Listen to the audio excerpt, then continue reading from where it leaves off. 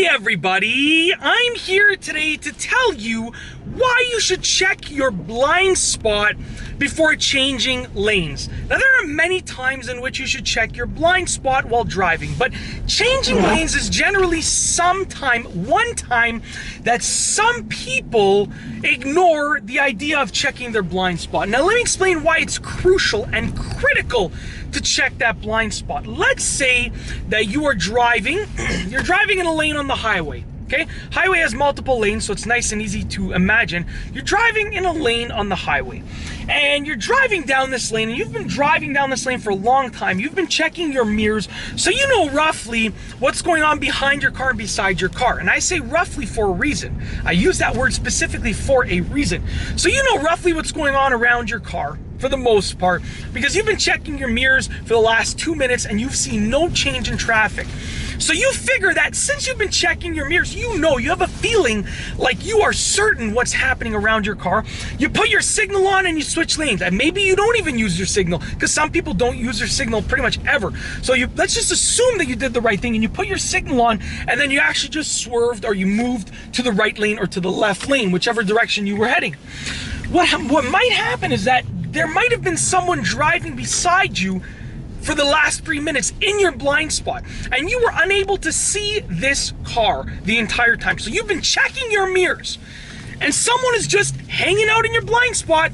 You assume that nobody's there, and boom, an accident happens. Now, don't get me wrong, it's not a good idea to drive in someone's blind spot for a long period of time, but it is, some people simply do it, and I don't think there's anything even illegal about it. It's just commonly not a good idea. But with that being said, this is a real-life situation that happens all the time.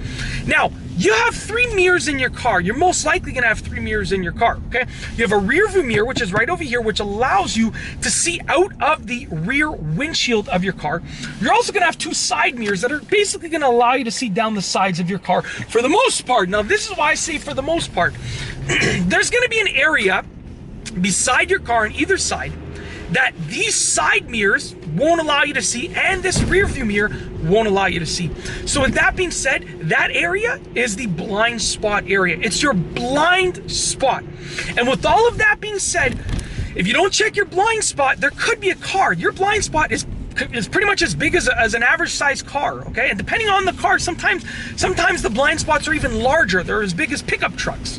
So with that being said, a car might be there the entire time, and you don't think there's anyone there, but boom, you realize too late that there is someone there. Now, here's why I always emphasize signaling firstly and checking your blind spot. Number one, you should signal, because that car, if you have side markers on your car, if you have side marker signals, then the car beside you in your blind spot, if you signal 2 or 3 seconds before you're going to switch lanes, then guess what? That car's going to know, oh wow, you're about to switch lanes and I'm in your blind spot, so I'm going to slow down, or I'm going to move out of the way, or whatever. They're going to get out of the way as much as possible because they don't want to get into an accident with you. So number one, you should use your signal. But what if that other car doesn't see your signal? What if your car doesn't have side marker signals? There are so many what ifs when you're driving, and then that's when checking your blind spot comes into play. Now, the blind spot, like I said, is a simple area on either side of the car, and to check it, all that you have to do is do a very simple shoulder check. I'm going to pull over right now and I'm going to show you how to check your blind spot, like this and like this. It's literally that simple. Why wouldn't you do that? That's what boggles my mind. It's something so simple that will really increase the level of safety that you have as a driver and for the drivers around you. Just check your blind spots before you switch lanes. Also check your blind spots before you turn the car, before you do a U-turn, before you do a 3-point turn, before you reverse park, before you forward park, before you parallel park. Check your blind spots pretty much whenever you put that signal on. Check your blind spot. Whenever you need to maneuver the car slightly in one direction or the other, check your blind spot, along with your signal, along with your mirrors, along with, if you're reverse parking, turning around and checking out that rear window, that rear windshield. It's literally that simple. That's why you should check your blind spot when you switch lanes, because you don't know what's going on there. It's literally a blind spot. It's a blind spot. When you check your mirrors, you're not going to see what's happening in that spot. There could be a car driving in that spot for any amount of time. There could be anything. There could be a pole there. There could be a pedestrian there. There could be anything there. And with all of that being said, That is the reason that you should check your blind spot. If you like this video, be sure to give it a thumbs up.